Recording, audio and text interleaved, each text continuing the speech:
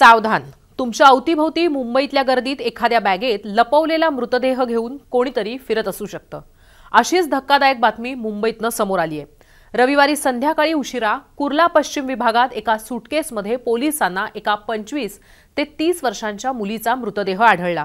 तो मृतदेह पोलिसांना आढळण्यापूर्वी हत्या करणारी व्यक्ती मुलीचा मृतदेह असलेली सूटकेस मुंबईतल्या गर्दीत सुमारे 1.5 तास घेऊन फिरत होती।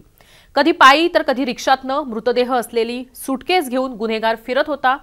कोण होती ही मुलगी? ऑनलाईन झालेल्या ओळखीतून प्रेम आणि लिव्ह इनचे संबंध यातून या तरुणीची हत्या का झाली ही माहिती घेऊयात आजच्या क्राईम स्टोरीतनं। नमस्कार, मी हर्षदा परब। ओडिसामधली प्रतिमा किसपट्टा धारावीत राहायची। एका बिल्डिंगमध्ये ती स्वच्छता कर्मचारी म्हणून काम करायची। कोविड लॉकडाऊनमध्ये ओडिशाला जात असताना प्रतिमाची अस्कर बर्ला या तरुणासोबत ओळख झाली। अस्करही मुंबईत राहायचा आणि एका मिठाईच्या दुकानात काम करायचा। योगायोगानं प्रतिमा आणि अस्कर हे ओडिशातल्या एकाच गावचे निघाले, त्यामुळे त्यांच्यात संवाद वाढला। कोविड लॉकडाऊनचे नियम शिथिल झाल्यानंतर ते दोघेही मुंबईत परतले। त्यानंतर ते दोघे धारावीत एकत्र राहायला लागले। काही माध्यमांनी दिलेल्या माहितीनुसार महिन्याभरापूर्वी अस्करला प्रतिमाने मुंबईला बोलावून घेतलं होतं। तिथून आल्यावर तो मुंबईतल्या मिठाईच्या दुकानात काम करत होता। प्रतिमा आणि अस्कर हे लिव्ह इनमध्ये राहत होते। अस्कर आणि प्रतिमामध्ये प्रेम संबंध होते। ओडिशामध्ये जात असताना निर्माण झालेली ओळख आणि त्यानंतर मग त्यांच्यामध्ये हळूहळू हे प्रेम संबंध निर्माण झाले। ते लिव्ह इनमध्ये राहायला लागले। पण अस्करला प्रतिमाचा संशय येत होता। प्रतिमाच्या सततच्या चॅटिंगमुळे अस्करला संशय होता की तिचं कोणाबरोबर तरी लफडं आहे। ती मित्रांसोबत बोलते या संशयातून आणि रागातूनच अस्करने तिची हत्या केली।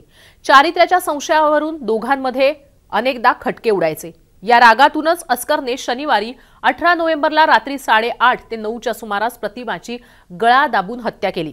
त्या दिवशी ही प्रतिमा आणि अस्करमध्ये वाद झाला होता आणि त्यानंतर अस्करने प्रतिमाची हत्या केली। प्रतिमाची हत्या केल्यानंतर अस्करला तो पुरावा नष्ट करायचा होता। त्याने एका मोठ्या लगेजमध्ये प्रतिमाचा मृतदेह भरला आणि त्यानंतर तो मृतदेह असलेली ती सूटकेस घेऊन तो धारावीतून पायी सायन्स सर्कलला आला। त्यानंतर तिथून त्याने रिक्षा पकडली। मग रिक्षाने तो लोकमान्य टिळक टर्मिनसला गेला। तिथं गर्दी बघितली, तो घाबरला। त्यानंतर त्याने दुसरी रिक्षा पकडली। रिक्षावाल्याने रिक्षा सायन्सच्या दिशेने नेली, म्हणून मग अस्करने रिक्षा थांबवली। असा सुमारे 1.5 तास तो मुंबईच्या गर्दीत मृतदेह असलेली बॅग घेऊन फिरत होता।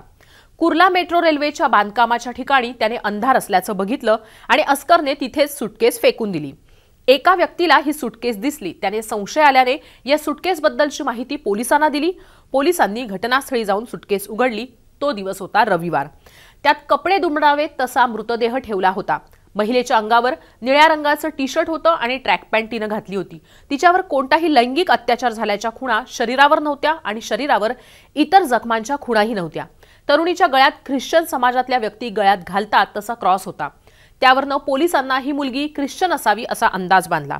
पोलिसांनी मृतदेह ताब्यात घेऊन राजावाडी रुग्णालयात पोस्टमॉर्टेमसाठी पाठवला। तसंच मृतदेह असलेली सूटकेस पोलिसांना जिथे सापडली त्याच्या आसपासचे सीसीटीव्ही फुटेज पोलिसांनी तपासले।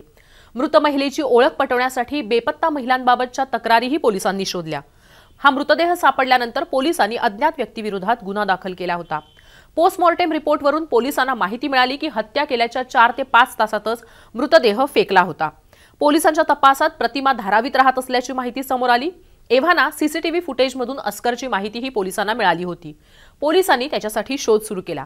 अस्करलाही पोलिसांनी पकडलं। अस्कर ओडिशाला पळून जात असताना पोलिसांनी त्याला पकडलं।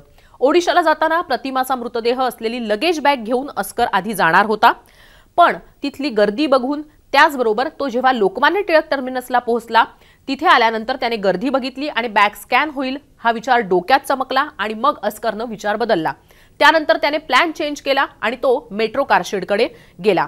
तिथं त्यानं बॅग टाकली आणि पळून जाण्याच्या प्रयत्नात तो होता। पोलिसांनी त्याला पकडलं। बॅग सापडल्यामुळेच अस्कर पोलिसांच्या जाळ्यात अडकला। मात्र एका तरुण मुलीचा त्यानं अशा पद्धतीनं फक्त संशयावरून जीव घेतला होता। आता नेमकं कारण काय याबद्दलचा तपास आणि चौकशी सध्या पोलीस करतायत। आपल्या अवतीभोवती घडणाऱ्या क्राईमच्या घटना मी क्राईम स्टोरी या सदरातनं तुमच्यापर्यंत घेऊन येणार आहे। तुम्हाला कोणत्या क्राईम स्टोरीबद्दल जाणून घ्यायचंय ते या व्हिडिओ खाली असलेल्या कमेंट बॉक्समध्ये कमेंट करून कळवा। हा व्हिडिओ पाहिल्याबद्दल धन्यवाद।